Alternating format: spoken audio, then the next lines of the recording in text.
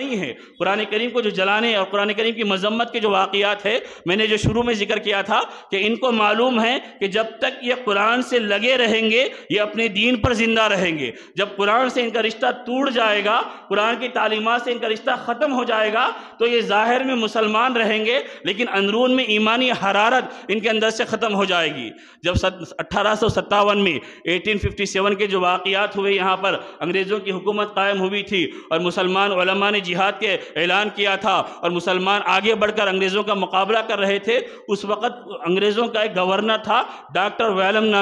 نام کا، اس نے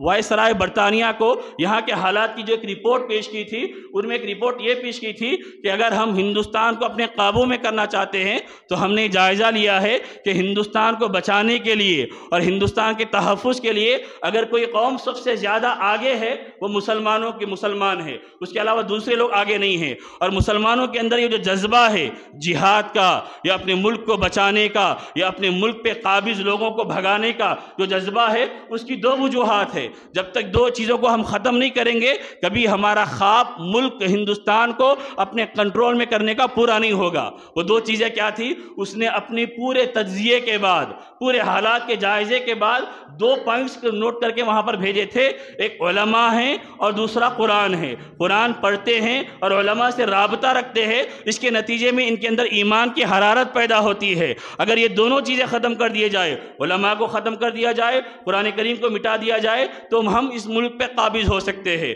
چنانچہ لکھنے والوں نے لکھا ہے، تحریک آزادی اور مسلمان ڈاکٹر احمد صدیقی کی کتاب ہے، انہوں نے اس میں لکھا ہے کہ 1861 میں 1861 میں صرف ایک سال کے اندر 3 لاکھ قرآن کریم کے نسخوں کو اس ملک میں جلایا گیا۔ ان انگریزوں نے جلایا، ان کا ذہن یہی تھا کہ قرآن کریم کو جلا دو، ظاہری حروف کو یا ظاہری صفحات کو یا کاغذ کے چند نقوش کو مٹا دو، وہ یہ سمجھتے تھے کہ قرآن مٹ جائے گا، لیکن ان کو نہیں معلوم کہ اس قرآن کی حفاظت کا وعدہ اللہ نے خود قرآن میں کیا ہے، اِنَّا نَحْنُ نَزَّلْنَا الذِّكْرَ وَإِنَّا لَهُ لَحَافِظُونَ، کہ ہم نے قرآن کو نازل کیا ہے اور ہم خود اس کی حفاظت کرنے والے ہیں۔ اگر اوراق کو جلاؤ گے تو سینوں کو کتنے ختم کرو گے؟ وہ قرآن کو اللہ نے سینوں میں جمع کر دیا۔ چھوٹے چھوٹے بچے مکتبوں میں پڑھنے والے، مدرسوں میں پڑھنے والے، جن کو اپنی زندگی کا شعور نہیں ہے، جن کو اپنی زندگی کا صحیح طریقہ نہیں معلوم ہے، لیکن وہ قرآن کریم کو سینوں میں محفوظ کرتے ہیں، وہ قرآن کریم کی آیتوں کو، سورتوں کو ترتیب سے یاد کرتے ہیں اور بتاتے ہیں۔ اس طرح کے بے شمار واقعات ہیں